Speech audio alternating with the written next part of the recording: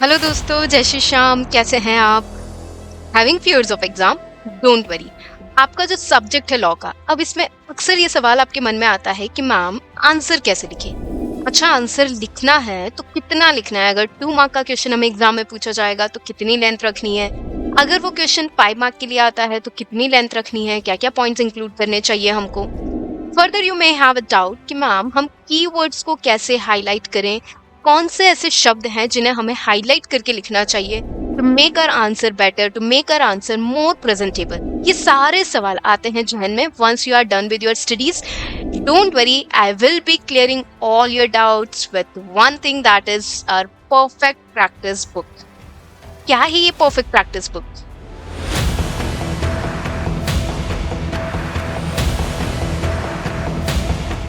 So friends, perfect practice book looks like this. आप screen पे देख पाएंगे कि कैसे बनती है परफेक्ट प्रैक्टिस बुक। यहाँ पे मैंने आपके लिए ओपन किया है chapter number 8, your declaration and payment of dividend from your corporate law subject. Okay, corporate law में चैप्टर नंबर 8 है। इस बुक में आपको हर चैप्टर के ढेरों क्वेश्चंस मिलेंगे, but in a very systematic and organised manner. ठीक है, कैसे है ये? If you look at the first question of this chapter, अगर आप चेक करेंगे तो यहाँ पे एक सवाल लिखा है आपके लिए, क्वेश्चन नंबर 1, और इसके नीचे ऐसा कुछ लिखा है, ICISM, ICI study material, November 2009। That means November 2009 के अटेम्प्ट में भी ये सवाल आया था। May 2014, that means this question was asked in the paper of May 14 exams, जो ICI एग्जाम्स होते हैं उसमें। May 15, May 18, May 11। तो आप देख पाएंगे कि इस क्वेश्चन का कितना रेलेवेंस है, कितना इंपॉर्टेंस है। जब आप सेल्फ प्रैक्टिस करेंगे तो आपको नहीं पता होगा कि ये सवाल कितना ज्यादा इंपॉर्टेंट हो सकता है और कितनी बार इंस्टीट्यूट पूछ चुका है इस क्वेश्चन को। So this book is going to help you know कि कौन सा क्वेश्चन ज्यादा जरूरी है, कौन सा कितनी बार रिपीट हुआ है या पूछा गया है इन द एग्जामिनेशन।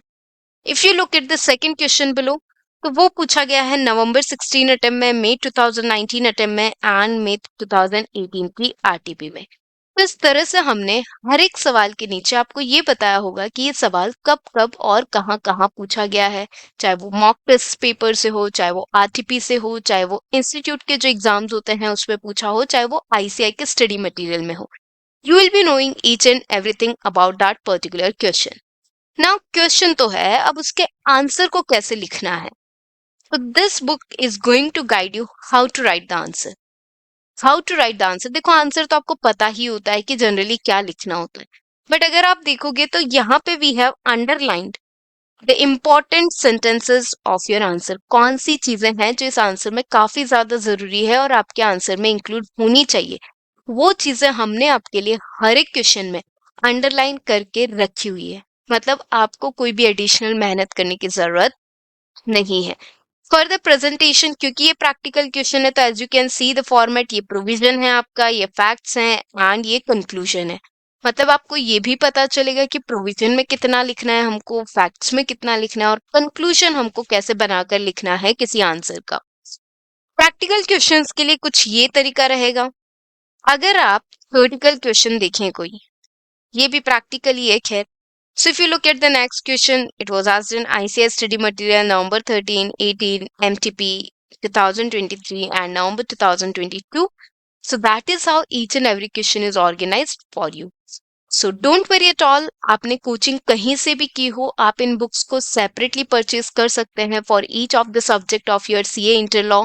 आपको ये बुक्स के साथ बेस्ट पार्ट है कि फॉर एग्जाम्पल आपको क्वेश्चन नंबर 2 आपको बुक में आपने मिला, आपने पढ़ा उसको, बट आंसर समझ नहीं आया कि क्या करना है। आपको बुक्स के साथ साथ इनके video solution, for each and every question you will be getting video solution that is totally free for you. So don't take any risk and get your PP book soon. अगर कोई भी परेशानी है तो we are always there for you. All the best my students. I hope this book solve all your doubts कि कैसे लिखना है, क्या लिखना है, कितनी लेंथ रखनी है और कौन से कीवर्ड्स इंसर्ट किए जाएं। ओके, सो बिल्कुल एग्जाम से ना घबराएं, कीप रॉकिंग।